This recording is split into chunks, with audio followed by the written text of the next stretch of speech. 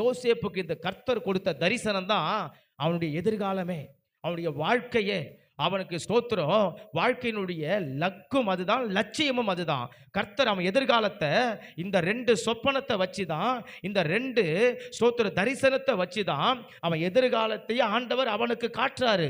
இதன்படி தான் உன் வாழ்க்கை இருக்க போகுது, இதன்படி தான் உன் எதிர்காலம் இருக்க போகுது, இதன்படி தான் நீ வாழப் போகிறாய், இதன்படி தான் நீ இருக்க போகிறாய், இதன்படி தான் உனக்கு நடக்க போகிறது, இதன்படி தான் உன் எதிர்காலம் உனக்கு அமைய போகிறது, நான் அமைய பண்ண போகிறேன் என்பதை தேவன் திட்ட வட்டமாய் தெளிவுமாக இந்த சொப்பனத்தின் மூலம் யோசேப்புக்கு கர்த்தர் விவரித்து விளக்கமாய் சொல்லி முடிக்கிறார். ஆமென், அல்லேலூயா. எதிர்காலத்தை கர்த்தர் பேசிட்டாரு, ஆசீர்வாதத்தை கர்த்தர் பேசிட்டாரு, அற்புதத்தை கர்த்தர் பேசிட்டாரு, உயர்வு ஆண்டவர் பேசிட்டாரு. இதுக்கு இடையில வருது பாரு 3 காரியம் வருது யோசேப்புடைய வாழ்க்கையில. 3 காரியம், 3 பா. தோத்திரம் சுலபமா நினைவில் வைத்துக் கொள்ளலாம். 3 பா. முதல் பா, பகைத்தார்கள். அல்லேலூயா, ஆமென், ஸ்தோத்திரம். யார் பகைத்தது? நேசித்தார் பார். 3வது 4வது வசனத்தில் அப்பா தோத்திரம் அவர் பகைக்கிறாரு, அம்மா பகைக்கிறாங்க, 12 சகோதரர்கள் எல்லாரும் பகைக்கிறாங்க. ரொம்ப அன்பான செல்லப்பிள்ளை வீட்டுக்கு இவர் தான் பல வருணமான அங்கி அனுபவிப்பாங்க. இவருக்கு தான் நல்ல கோட் சூட்டு, இவருக்கு தான் நல்ல பூட்டு, நல்ல டை, தோத்திரம். ஆனா சொப்பனத்தை கண்டு சொன்னதுக்கு அப்புறம் இன்னும் அதிகமாய் பகைத்தார்கள்.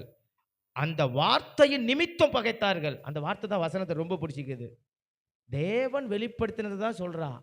ஆனா ஸ்தோத்திரம், அதை கேட்ட உடனே ஸ்தோத்திரம், அது நல்ல கிறிஸ்தவ குடும்பம், யாக்கோபுடைய குடும்பம் கிறிஸ்தவ குடும்பம், தேவனுக்கு பயப்படுற குடும்பம். ஏன்னா இது ஒவ்வொருத்தரா தரிசனத்தை பார்த்துட்டு வரவங்க. தாத்தா ஆபிரகாமை பார்த்தாரு, ஸ்தோத்திரம்.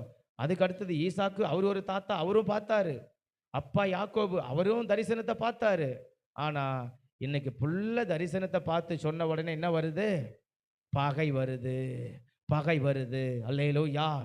அவன் எதிர்காலத்தை குறித்து பேசும்போது, என் வாழ்க்கை இப்படி தான் இருக்க போகுது, என்னை கர்த்தர் இப்படி தான் உயர்த்த போகிறாரு, என்னை கர்த்தர் இப்படி தான் ஆசீர்வதிக்க போகிறாரு அப்படின்னு ஆண்டவர் வெளிப்படுத்தின வெளிப்பாட்டை சொல்லும்போது ஸ்தோத்திரம், பகை வந்தது. அல்லேலூயா.